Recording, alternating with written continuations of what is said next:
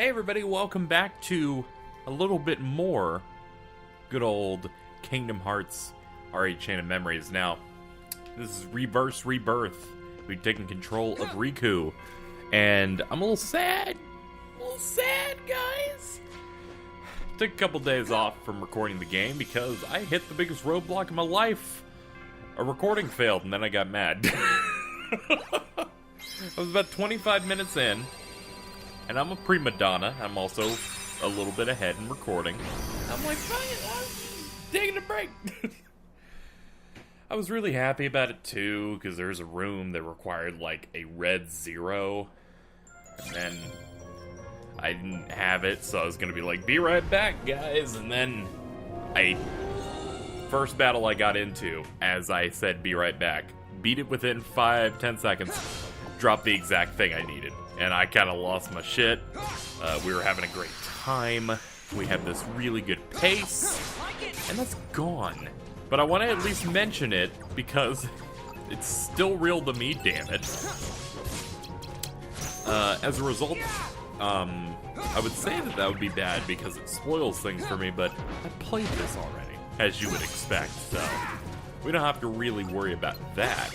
But it does mean that I'm a bit more refreshed when it comes to the gameplay of Rebirth. First of all, can I say that I love that Riku has a dark meter above his HP, just because Kingdom Hearts HUDs always need like a shit ton of meters, and having basically nothing there during battle except for your health made it kind of look naked, you know? I need weirdly shaped bars to just fill things up over there. I can't just have health. It's not gonna work out, you know? So I have a better understanding how this works. Every time you break a card, for example, the difference between those cards' numbers as a result of the break is given to you in D points. So he has a 2, I play a 7, that is worth 5, then I get 5 points into my D points. Then once I max out, I go into this form, and it lets me do a bunch of fun stuff, like that. So we have the ability to enter these duels, which is really nice. You can do that no matter what, but you can use slates when you're in this dark form. You can only do it when you're in this form as well, so there is that caveat of no slates unless you can do that, or if you win a duel. Basically, they kind of made an entirely new battle style for the game, for this mode, which I have to say I prefer. I think it's a bit better. It's a bit more suited for an action game style. It feels, I don't know if I would say less strategic or not, but it's something I prefer. It feels a bit more visceral, faster in general. And speed seems to be a focus for this, because they got rid of the reload animation and the reload cooldown. You can reload until the cows come home, it doesn't matter. You can keep on jamming the button and refreshing yourself, and then when you enter dark mode, the game refreshes your deck completely, so you can start from what you have. So there's a clear... Can I look at the map here? Okay. There is a clear intent on just keeping you attacking. And the pace of the game is increased tremendously throughout this entire thing. Which makes sense. This was basically your bonus game, your bonus lap in the game, because excuse me. It's really cool, the idea of, we're gonna make a second mode for the game that is a bonus. It's a surprise, maybe, for people who play the game, like, oh crap, now I get a completely new story, and then they went above and beyond that. They completely redid the battle system, changed how things worked, got rid of some aspects, and also made it a very fast thing to do, because fact of the matter is, every single world ends at key to beginnings, which makes the entire thing very fast to complete, and the only thing that's going to slow you down is not having the requirements for key cards, which can be a problem, so we're gonna have to stay vigilant on that. And on top of that, I feel like because this is so short, you can be a lot more focused on the story they're trying to tell than you would be when you were playing the original version. Because when you're, for example, playing through Sora's story, you would go in and you would do like an hour worth of Disney World content if you really kind of combed it, maybe even longer. And then for the first half of it, you got basically nothing when it comes to story. Like little hints here and there, a cutscene, you know, over here, a cutscene over there, and maybe a battle against this character. But really, there wasn't a lot. But here, you can knock out a world in, you know, anywhere from 10 minutes, you know? Like, you can get into these bad boys really fast, and then move on to the next floor. So, you get into the plot with these organization characters and Riku and some other people very, very quickly. So it becomes a much tighter experience, a more action-packed experience because the gameplay changes, and that's kind of why I prefer this over the original mode. Though that being said, the original mode is no slouch. It is a much slower, more methodical mode to play, and has some really cool boss fights. And I think Marluxia is definitely a really special antagonist for the series because he is very different from, you know, the other antagonists. Not to spoil future stuff in the KH games, but everyone kind of realizes and knows that all the villains are connected for you know, certain reasons. And Marluxia is one that doesn't really have that strong of a connection. And he, I believe, stands on his own, and I feel like it would be really cool to get more villains like that. I feel like that's something that we can probably expect in future games.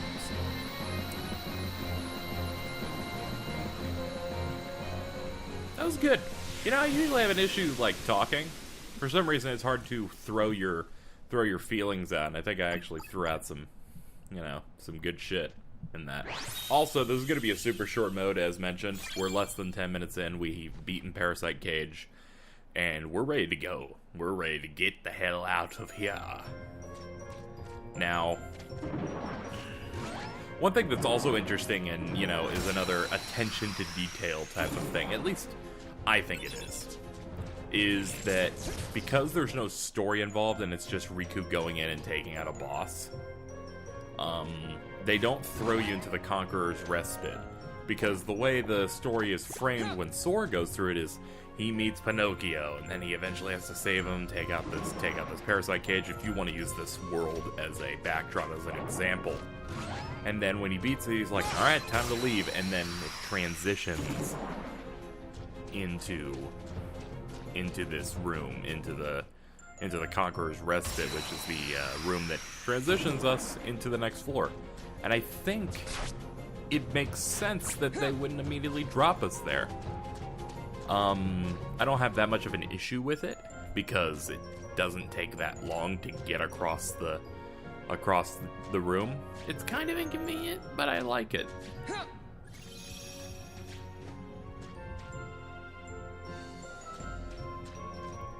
A lot of stuff you can clearly tell is very deliberate.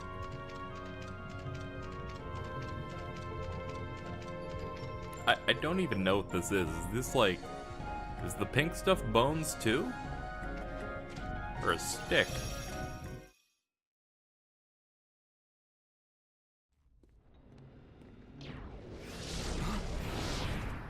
I take it you're Riku. Are you with Ansem? You are half correct. Let us say that he is not the Ansem with which you are familiar. He is Ansem, and he is not Ansem. Perhaps a nobody best conveys the idea. Riddles were never my thing. Try again. He belongs to neither the light nor the dark, but walks the twilight between. Oh. Catching on now? Oh, yes. You also stand in between the light and the darkness. It appears we have much in common. Maybe. Like you said, There really is darkness left inside of me. But so what? Darkness is my enemy. And so are you for reeking of that awful smell. Oh, so it's a fight you want. Very good. I shall take you on.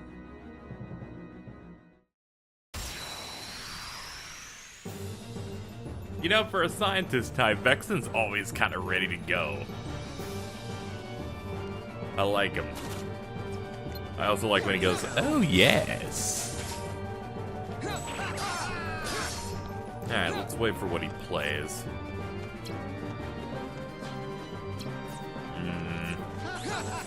I wanted to force a duel. Okay, good. Got it at the last second there.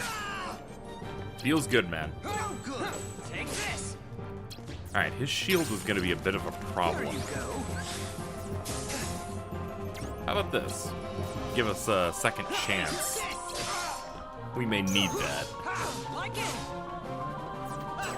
Also, I didn't really mention it, but they give you access to every enemy card in Riku's mode. They just equip them as soon as you obtain them.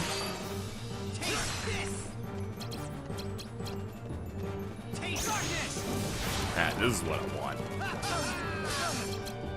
Alright, that's a bit of a problem. Just, that's a bit of the bad bitty. Bad boom, beam, boom, bah. God damn it. Take this. Taste this. Ah, boy.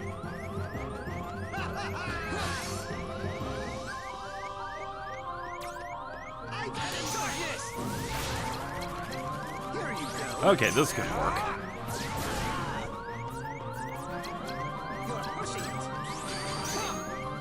Nah, I don't think so.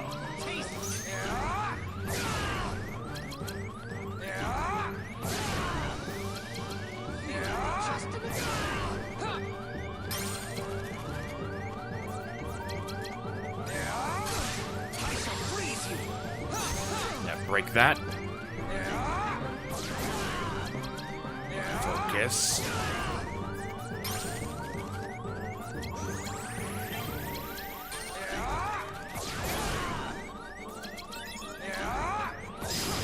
I am a god!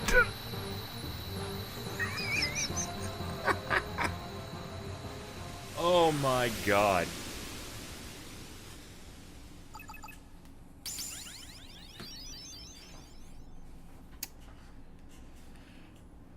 I should speak, right? I'm feeling myself really hard right now, guys. Sorry.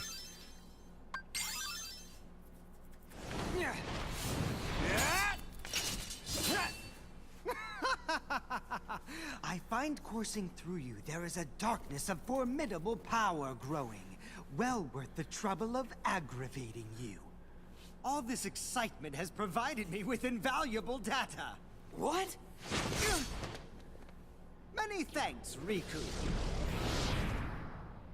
Damn it, he was downloading me. It was a trick all along.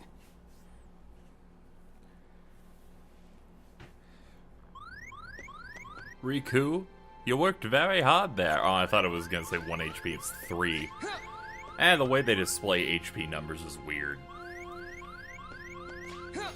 Hello, alright. Well, now that we have proven that I am the master of all video games, we are going to continue our trek. Oh my god, I didn't think it'd work. Honestly. I was thinking we were gonna eat shit. I didn't even know what the second chance Captain Hook thing did. I'm afraid to look, because it's probably going to say something that will imply that it carried me. I don't want to get the bad news.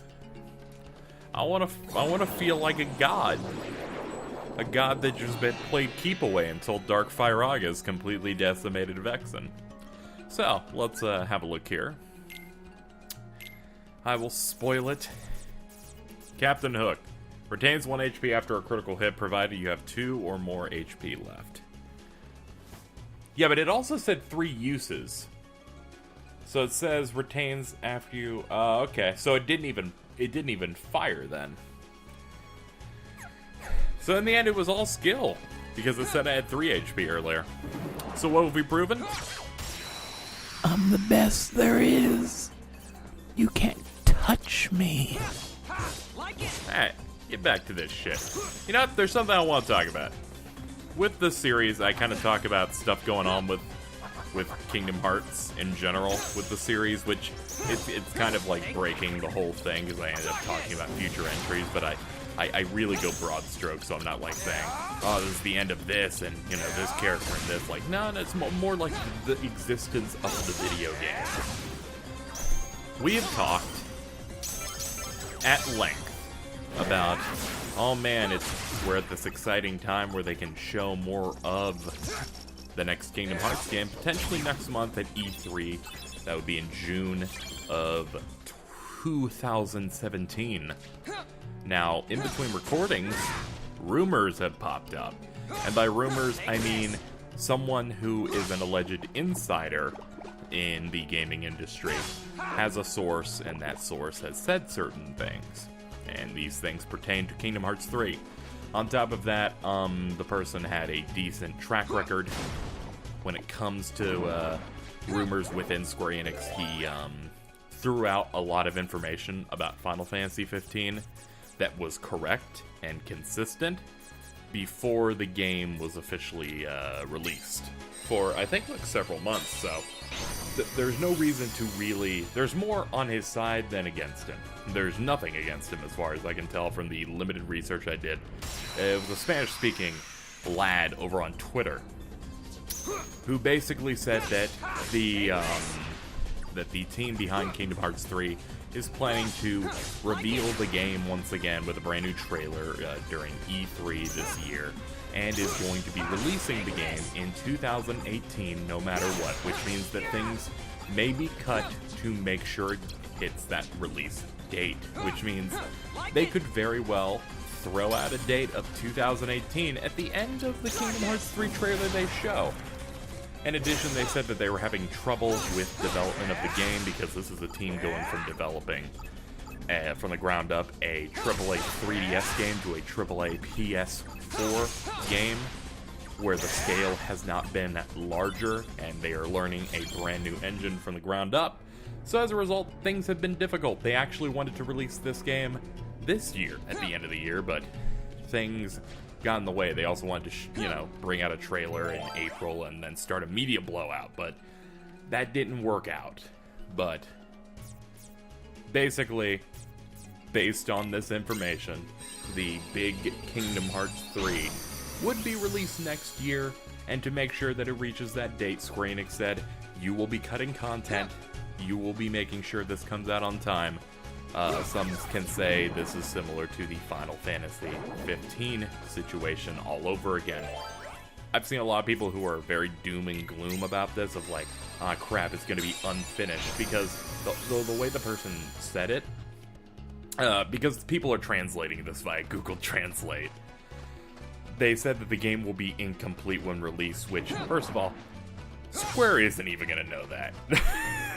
So, much less some random dude. He's basically saying that Square has basically set up, this is your deadline, this is the latest you can put this game out, and it needs to come out at this date. Cut a world, cut some content, and yeah, that's it. Simple as that. A lot of people are worried. I am not in any way, to be quite honest. First of all, I'm of many minds about this. One, I'm alright with Final Fantasy 15. That game is very unfinished in a lot of ways. You notice once you get to the end of chapter 8 or 9 when the game just starts and fast tracks you to the rest of it, and kind of off-screens characters does a lot of stuff to finish off its plot, and it's just, it doesn't feel good. It doesn't look, when you can tell a game is rushed, that's a problem. When you can tell that they cut out a bunch of stuff from a game, that's a problem. Now, what makes me confident and optimistic after hearing this rumor that may very well be true, but then again, We do need time to prove it, which, you know, we're going to learn if it's true at E3, which, by the way, there's a very good chance it will be true because I believe someone who worked for Square Enix, a fan-run Square Enix like news site and review site formerly, also posted tweets about it saying that while they don't know if every single thing is true, the stuff when it comes to E3 plans and some other stuff going on with Square Enix, they said that their sources also are matching up with that. So it's, at that point, it's more than one source of information, so it's good. And also, this is not necessarily a rumor that is out that's like, this isn't a stretch. When you think about, like, possible rumors and speculation and leaks that people throw out, people will tend to take shots in the dark. Like, maybe 2012, someone's like, man, when they do the PS4 reveal next year, it's gonna have the Final Fantasy VII remake in that. At that point in time, that's a fucking crazy thing to say, you know? It's like, that's not something easy. Or maybe if we want to do a modern prediction, Nintendo is going to announce a brand new F-Zero game at E3. A series that has stayed dormant for a very long time, and feels like it has become obsolete because Nintendo is more focused on Mario Kart, to the point where they've included F-Zero tracks in Mario Kart. The Kingdom Hearts 3 rumor is in no way this amazing like stretch, because it was something that I was of the opinion that this something to this effect would happen, you know, okay, Kingdom Hearts 3 started development, was greenlit, and was announced in 2013. Alright, games typically take 3 to 4 years for development. It feels faster for some games because they work on it in the background and they don't announce it early. Unfortunately, Square Enix are a bunch of mongrels, and they love hype more than anything else. So they're going to announce something early just to generate the excitement. Though, to be fair, a lot of that comes from the fact that people are begging for these games. They're begging for Final Fantasy VII Remake. They're begging for Kingdom Hearts 3, and have been begging for it since probably 2006. So it makes sense. It makes sense that they wouldn't want to release it early. So then you think 2013, 2018 would be 5 years. So it's perfectly reasonable to expect them to have a game out by then. And then you have to go based on prior behavior. How Square has decided to do things, and we have a situation where Square allowed one delay to happen to Final Fantasy 15. And then the game came out, and then suddenly we noticed that the game was missing some stuff. It was missing, you know, it felt rushed. It clearly felt like there was cut content. And you could see it because there's a collage of images for that game from trailers as close to a few months before the game came out, that the things they show aren't in the game at all. And there's like a bunch of stuff for it. So we are now faced with this situation and a potential pattern of a behavior with people, top brass of Square Enix, saying, alright, we understand that you need time on your game, but we are giving you this hard limit. This needs to get out at this time. Cut things as is. You can potentially put in more stuff later if it's a bad situation, but my belief is that the game is going to be tight, it's going to be completed, and that they're imposing deadlines. And to be honest, I think they have every right to do that, you know? They want to make their money back on certain things, they want to start moving on to new games, and they want to make money. They do not want situations where games are taking years and years and years to come out. I think 5 years is a perfectly acceptable amount of time, even though there is engine switches and other stuff like that, so I'm with them. And to be quite honest, I'm tired of waiting, you know? You know what? That's not true. I am tired of the now in development waiting, you know? Because while Kingdom Hearts 3 was always this thing that's like at the back of everyone's minds, like, oh, when is this going to show up? When is this going to happen? Kingdom Hearts 3,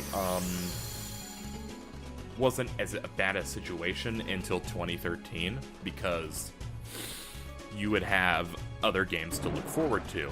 As many people, even though there's plenty of fans who did not give a shit about what they term side games, there were still video game releases for that series coming out at regular intervals. There was always something where there was a secret ending in one of the games, or, you know, an announcement of a new title on a different portable system. There was always a new Kingdom Hearts game to look forward to while we were waiting. But now, not as much. Now it's been a lot of HD remasters, updates to the phone game, which, while it has some stuff, but, you know, I'm not gonna be like, oh yeah, I'm really down with the plot of Unchained Key, you know?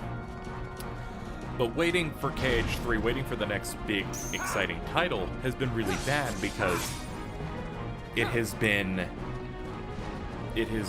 almost 4 years since announcement, and you can only get by so much with a collective. I believe there's a NeoGAF thread that basically said it has been almost 5 years. They're retarded.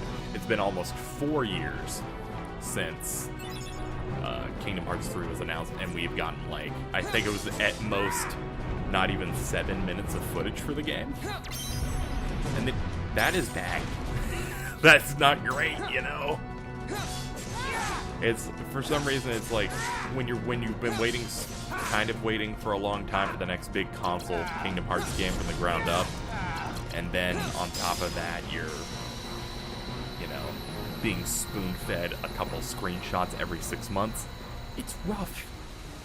And it's even more rough when you obsess over it, and it's going to be the biggest moment of your life when it finally comes out. But I got sidetracked really hard there. Like, earlier I transitioned to saying whether the rumor is realistic, why it makes sense, and why it's okay that the top brass of Square Enix are doing this. I was gonna talk about my personal feelings on why I'm confident that this entire ordeal, this entire cut content thing is not going to be a big deal. I think what I'll do, though, is I'm going to wait, because we are going to run into a problem. That problem is a potential boss fighter cutscene coming up here. And I don't know if they're going to make us fight anything, but I kind of want to wait until that's dealt with before I take another deep dive into something. So let's climb this little doodly-doo here. Bang. And see if there's anybody to fight or any cutscenes to watch. Oh, don't count them out yet, though. Here's where the good shit comes in. What's happening to Sora? Naminé's powers are being used to shuffle his memories as we speak. Marluxia may well succeed in getting his puppet. Sora would be a valuable asset to the organization. But Marluxia and Larxine's actions, they leave me quite uneasy. And then there is Axel. Who knows what that one is thinking? Vexen should take care of this. His replica is soon to be completed. But Vexen despises Marluxia. Think of the mess it would make. So we must tell him. Isn't it better that Vexen clean up the mess than leave it to us?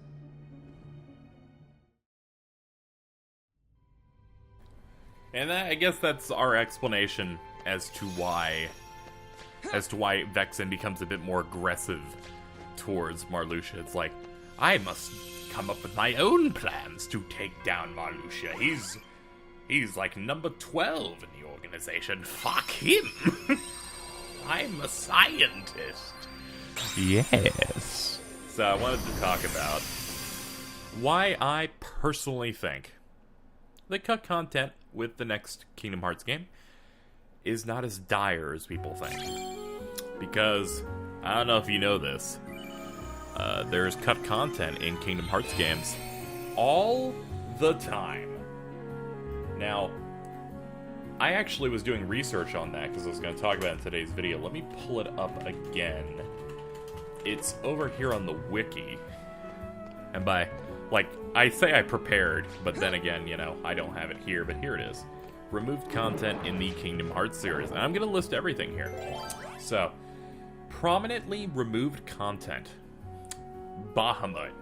Bahamut was originally planned to be a summon in Kingdom Hearts, but was removed before the game was released. Through cheat codes, a Bahamut option can appear in the summons menu and can be selected. However, there is nothing on the game disc to execute.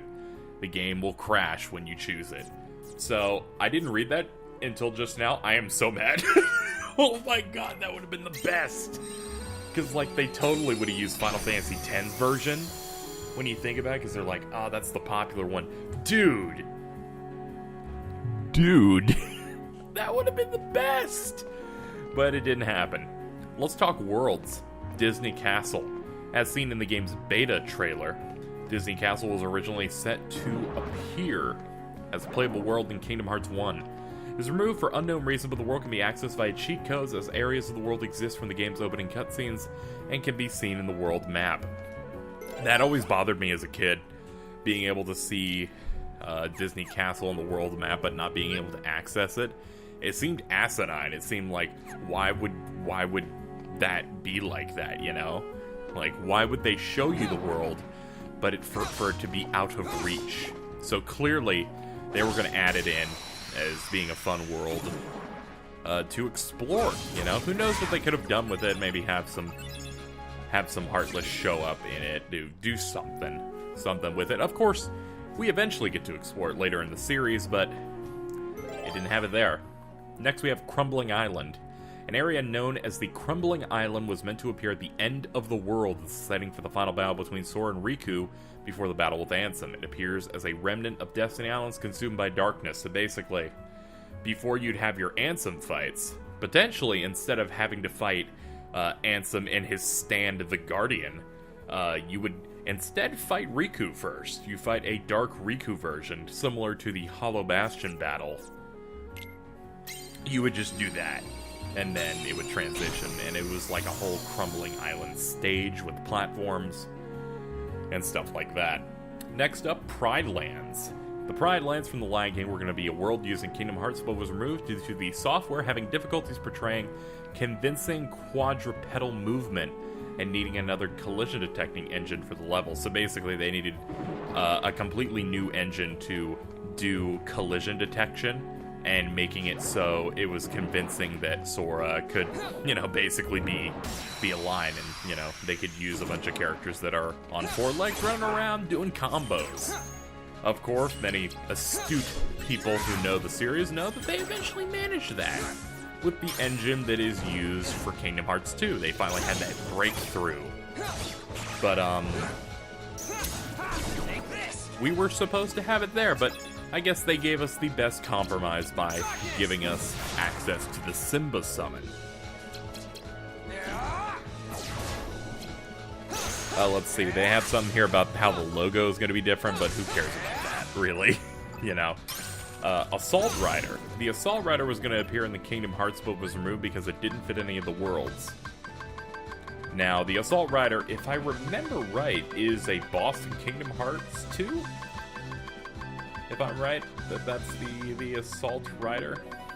We're going to keep this roulette going, because fucking Assault. Is it not listed here? Are you gonna make me look dumb? I'm scrolling. You're making me wait a long time, man. Fuck it. I'm just gonna hit Assault Rider and fucking see what I get in Google. No, actually, Assault Rider is the Minotaur-looking Heartless from the Land of Dragons world that we'll eventually get into. Now, what do I want here? I'll take a 0. I wasn't expecting to get it so easily. But the Assault Rider was going to appear in Kingdom Hearts, but it felt like it didn't fit any of the worlds. So that is a design that we don't see until Kingdom Hearts 2.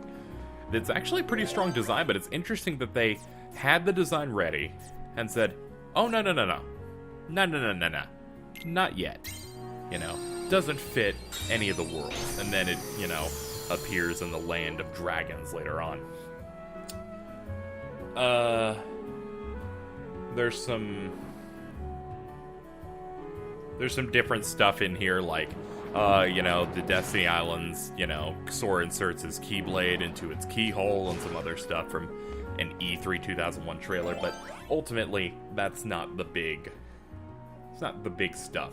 But I'd like to jump into some of Chain of Memories content. There's going to be a Dive into the Heart section.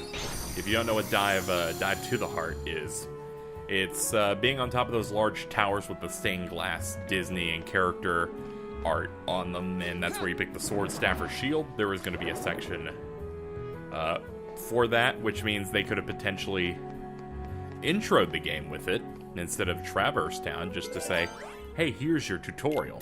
And this is why I saved the Red Zero, because I remember fucking the failed recording. So, but they discarded that. On top of that, Deep Jungle was set to appear in the game as an early screenshot of the game testifies, as was its Keyblade, the Jungle King, as a card. But was removed due to Disney being unable to secure the rights to use Tarzan in any future works. Since then, the rights, I believe, have expired, which was a concern people had as to why we never got an HD remaster of Kingdom Hearts until as late as 2013. Now, this one feels like the most blatant. I'm actually kind of trying to click here. If people look up the removed content in the Kingdom Hearts series, it's like the first result. It's from the KH Wiki. There is a very small screenshot of it, but that clearly looks like, you know, GBA's rendition of a pixel art Deep Jungle. It's too bad we didn't get it, you know, it honestly is a shame, because, you know, I feel like Deep Jungle would be a fun thing to go through here, and now I'm thinking about fighting the Stealth Sneak in the card battle system, and then I'm starting to think, no, I don't know now. I'm having a quick moment of like, I don't know about this, KZ. But that shows that even Chain of Memories had some cut worlds. Again, some of them being for contractual issues, but other ones, you know, like Dive to the Heart being cut because maybe they were just focusing on time. Oh, we lose reloadable stuff eventually, don't we? Well, that's no good. I guess I need to focus a bit more on this.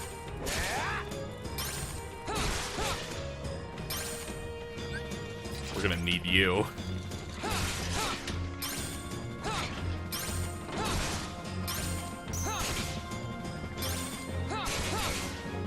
This is so good, he can't break my cards.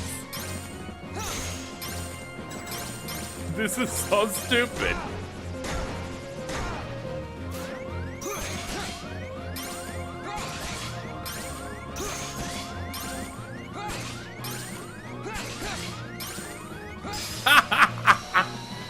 Okay, we got it. I'm going to play a bit more responsibly, but let's try and burn through more here.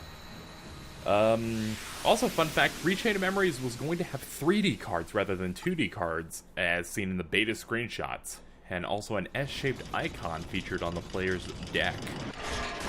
I kind of like the way it looks now. I can't really imagine 3D cards. Feels like it would make it look a little bit too busy. Now, Kingdom Hearts 2 is the only one that does not have any worlds cut.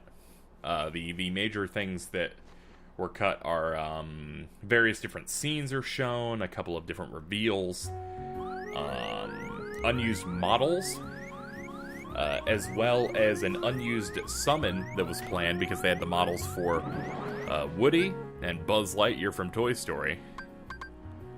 Effectively setting up an, oh man, we're gonna bring in a Toy Story summon, but not a world, because there's no, usually they would mention if a world was cut, or there would be a very easy way to find out, you know, because they seem pretty open about it, because we seem to find out about it all the time. But the main thing that was cut in that is the final boss sequence and setup for the game, completely different. Completely different set piece, completely different ideas that you can find out. I'm going to get into that after we beat KH2 because it's a big spoiler, and it's an interesting thing to talk about. Once we beat that game, then we're doing our, what did I call it? Interlude. So, that is interesting. So, Aside from that, there are some different Keyblade designs for various types that kind of look interesting. But other than that, there's just some stuff like certain enemies were going to appear here, but they ended up not really, you know, going through and, you know, shit like that. We are out. Okay, that means I can be a little bit more lazy and I can easily read stuff just a little bit better. So, what do we have here? After KH2, we have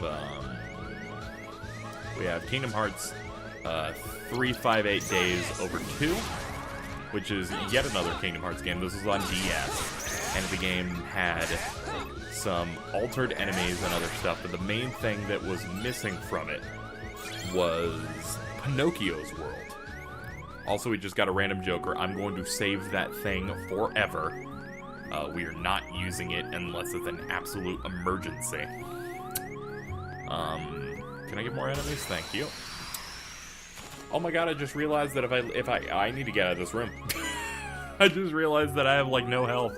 And if I die, I lose the Joker card because it resets the room. So let's quickly do this. So Pinocchio's world was set to appear in Kingdom Hearts Days and did not actually happen. So yet another world was cut out of a Kingdom Hearts game. As well as additional characters like Hades, Meg from Hercules, Tinkerbell, and various other Pinocchio characters as well. Kingdom Hearts Birth by Sleep was also going to have additional stuff, additional Keyblades, and most importantly, the Jungle Book world. There's going to be a world based on the Jungle Book in Kingdom Hearts Birth by Sleep, which was the PSP game that we will be getting to eventually. And that was cut, and people who hacked into the game saw that it was mostly complete. All the areas, you could just run through them quite easily. They were textured and all that good stuff, so they had quite a bit going on there, as well as additional characters that did not make the cut.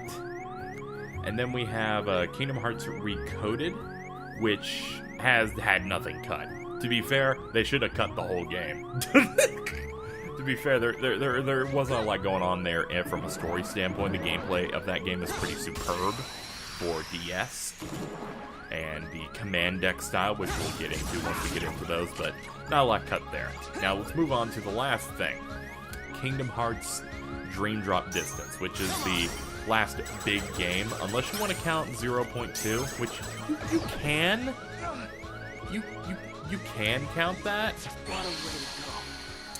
So Dream Drop Distance had a few different things that were changed, but the main thing was two specific worlds in it: Space Paranoids and Symphony of Sorcery. They were basically the worlds for Tron and the worlds for Fantasia. Now in that game you play as two characters, and throughout it you would play as one character and then go through the world, and then the other character would go through the same world. The difference here was they were going to have one character go through, for Tron, Space Paranoids, which is the Kingdom Hearts 2 version of Tron, while the other character would be going through the Grid, which is the Tron Legacy movies version of that world. So effectively, you would take a property and do two different worlds out of it that would look drastically different and would fit the story, especially given that Tron also appeared in Kingdom Hearts 2. And it was a good way to promote the more recent Tron movie at the time, which I thought would have been amazing. Same goes with Fantasia, which would have used Fantasia for one character and Fantasia 2000 for another character. Nomura says, in response to this, that there is a lot of things to work with Fantasia, so that's why we decided to put both characters in the same one. And just the fact of the matter is, it was just too much work for them to make that many worlds from the ground up, and that game was already kind of sparse when it comes to worlds in general. So not very surprising that they ended up cutting it. But now, this is the point I wanted to make, one of the longest points, and it has to deal with this. Kingdom Hearts 3 has the potential to have cut content to maintain a release date of 2018. For it to release next year, they may, and even the person who corrected, because articles came out from that person's rumor and they said, they twisted my words. I said they may cut things out to reach this date, which is important. If they cut stuff from that game, is there evidence pointing to the fact that the game will be ruined because the content will be cut, that the game will feel incomplete because there will be content that is cut? And the answer is probably not. We're going to use this with two very important pieces of evidence. The first one is the exhaustive one that I just gave you. There has been numerous cut worlds, content, events, final boss changes, keyblades, all this stuff that's been cut from various major and smaller Kingdom Hearts games over the years. But I still felt like Kingdom Hearts 3D, Dream Drop Distance, was a complete game. I still felt like Birth by Sleep was complete without the Jungle Book. I felt like Kingdom Hearts Days was alright. And I don't feel like it was damaged by any of this either. None of these games have been hurt or felt incomplete in the way that, say, Final Fantasy 15 felt incomplete by a chunk of gamers because of how it was handled and how things went. And that I think is the whole point here, is that Kingdom Hearts series, even though it's jumped to two different developers, the developer now has since proven with games like Jungle Book, or not Jungle Book, games like Birth by Sleep and Dream Drop Distance, two games that both had at least one world, sometimes two worlds cut from its development time that we know of. They've managed to have cut content, but still make the game feel complete, still feel like you were playing a finished product that didn't feel like the story was ruined, didn't feel like it was fragmented. And I feel like that's an advantage for the Kingdom Hearts series. Disney Worlds, you can have a small amount of them. You can have like 5, maybe 6, and the game will still feel good. The benefit is that a lot of the stories in the Disney Worlds are self-contained because... and they don't include a lot of plot. That is part of the meta plot of, here are the evil villains of darkness and stuff like that. After Kingdom Hearts 1, they stopped making the Disney characters as important to the main plot. A lot of people hate that, but it actually is very helpful because that means that they don't have to count on... they can make a lot of content and also cut out content without it ruining the game overall. And this is a good situation. If they need to cut a Disney World to get Kingdom Hearts 3 out on time, they can do that. Now, if we go by the trends, if we go by previous behavior from this developer, if we do that, and, you know, take that with us, there is an expectation that if they need to cut stuff from the game, which is whether or not the game's having trouble in development or not, seems like something that would probably happen. The game doesn't seem like it would be damaged by this, because they've had a history of still bringing out consistent games that are on time, that cut corners, but is still a complete product that is worth enjoying. And now, I think the other thing to bring up is you can compare when things were cut and were rushed in Kingdom Hearts Dream Drop Distance and Birth by Sleep to stuff like Final Fantasy 15. And you look at, like, you compare their stories and how complete they feel and how natural it feels. And then you see that it is not as cut and dry as you would expect. And that, you know, one of them feels complete and one of them feels also complete but has issues, and that's 15. Like, there's not... It's not that game's bad. I will never say that game is bad or throw hyperbole about it. But it is definitely a disappointment in a lot of ways because of how incomplete it feels, because it's rushed through a lot of the end game stuff. And if you compare that to, even though it's unfair because they're portable games versus a major AAA RPG, well, it's unfair for that assessment and saying that. When you compare them, one tells a complete story and one and puts it out in front and does not make you have to listen to radio broadcasts or makes you have to read notes that are scattered on the ground like 15 did. There's nothing in my mind, there's nothing that has been presented to me that would make me believe that, you know, picking up a copy of Kingdom Hearts 3, playing it from beginning to end, that I am not going to fully understand and have a complete plot in any way. There's no reason for me to believe that.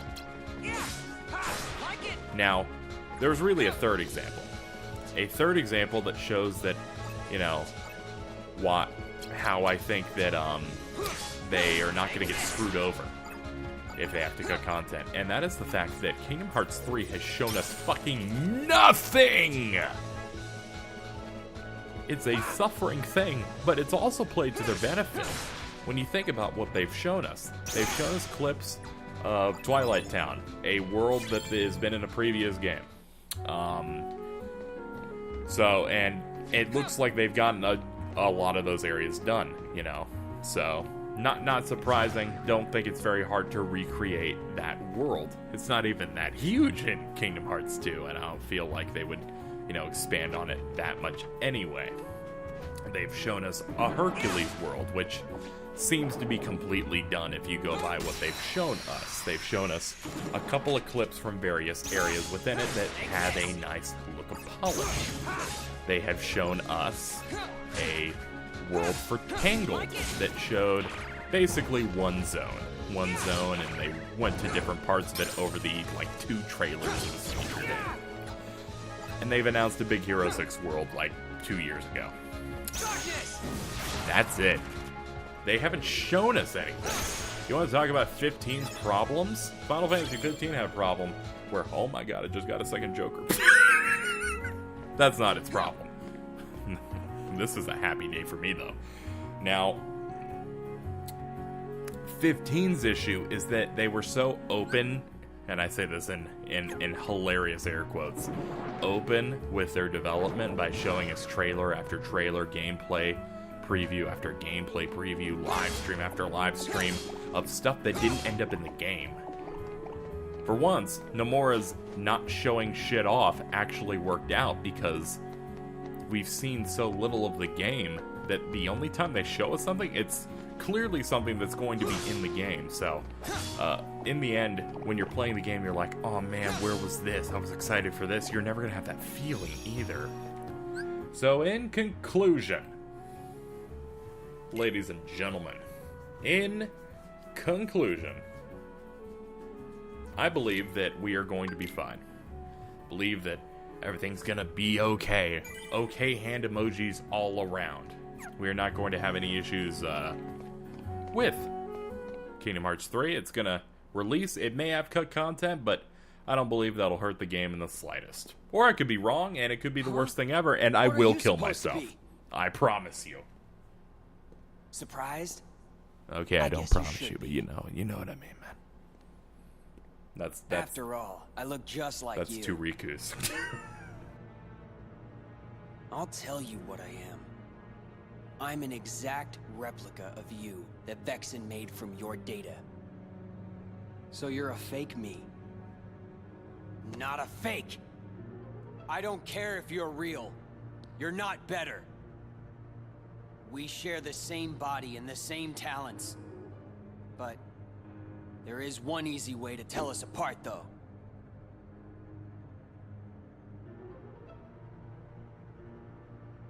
Unlike you, I fear nothing. Are you calling me a coward? You're afraid of the dark. The darkness inside you still frightens you, no matter what you say. But I'm different. I embrace the darkness. I can make it do whatever I want.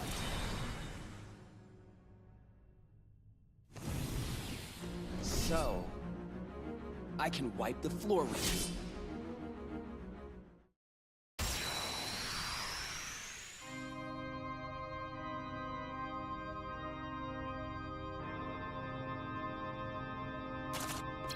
Alright, let's take on Riku, and then we'll probably end the episode once we get to a save point. because this will have been an hour.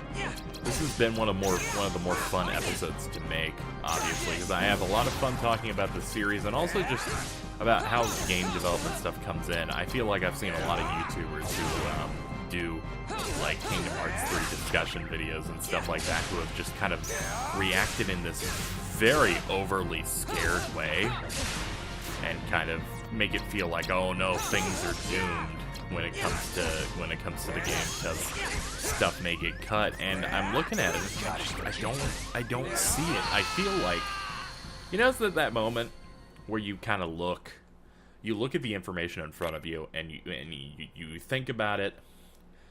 You put things together and go, okay, maybe this, you know, maybe this isn't how it is. You know, you use logic to think things a little bit through. It's like when people were getting upset that there was no winter announcement for Kingdom Hearts 3 because they announced one at E3 2016.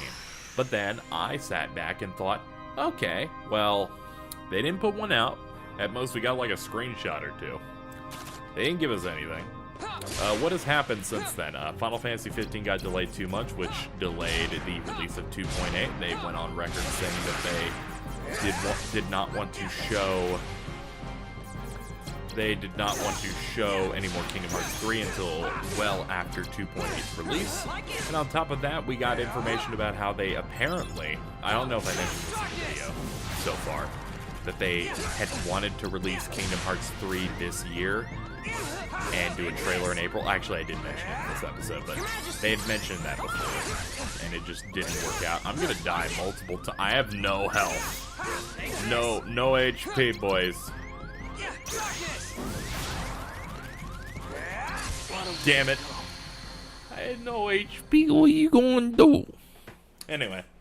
They said they wanted to do a trailer in April, but it didn't work out. And I'm guessing, you know, compounded by the delay of a major AAA title at Square and their timetable for their development progress, they decided to move things up a little bit. But I feel like a lot of panicking over the content stuff. It's like you need to calm down just a little bit, you know? I think it's gonna be okay.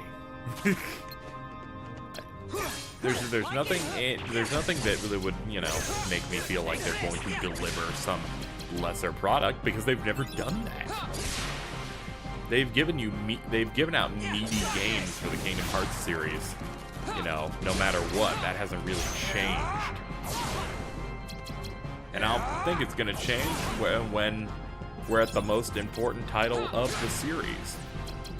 I need to make sure that I don't get broken here, because I can totally cheese the shit out of him with Dark Firagas. Ooh, Dark Aura. This is what happens if you get 3 9s. He resisted it, but he died. But there's nothing that makes me feel like, you know, there's anything necessarily to worry about, you know?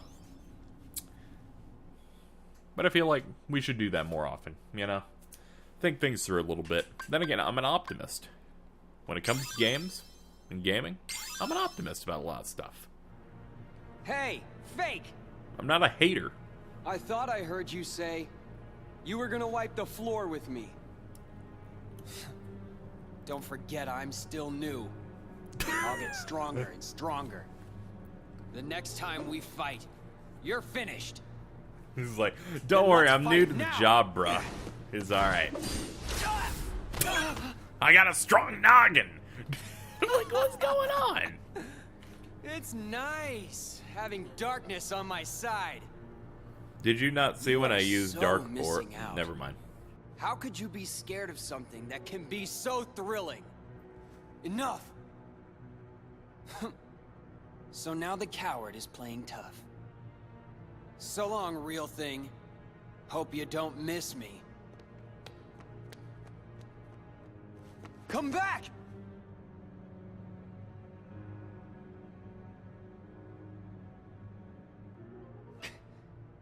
No way.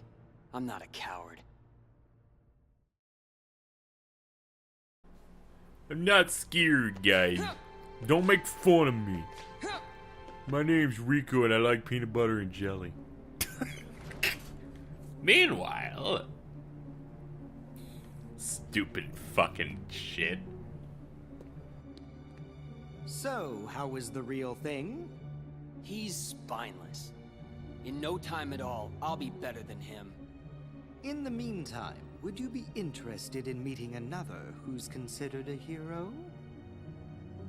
You mean Sora. I hear he's somewhere in the castle. You want me to take care of him? We'll see. Yes. I intend to make good use of you. No worries. The real Riku is nothing. Sora won't be either. They're no match for me.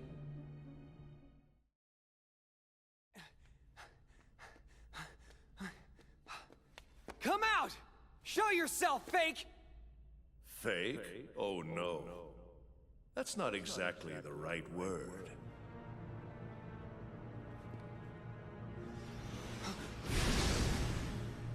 Hello! What are you saying? Isn't he just a copy of me? More like a model. He is an example of what you should try to be.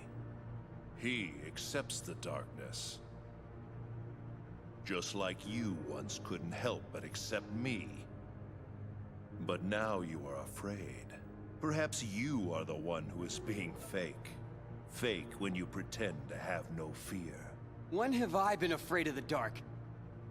Inside of the card worlds, you grapple desperately with the darkness. Desperation is fear. You fight the darkness because it is what frightens you. Be quiet!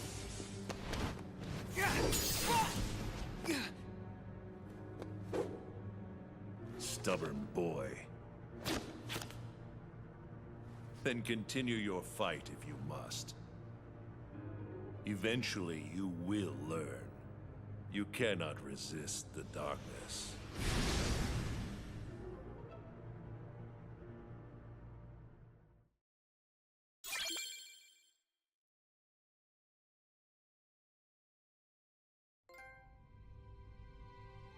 Alright, we have gotten through the first set of worlds for Rebirth. I'm going to end off this episode here.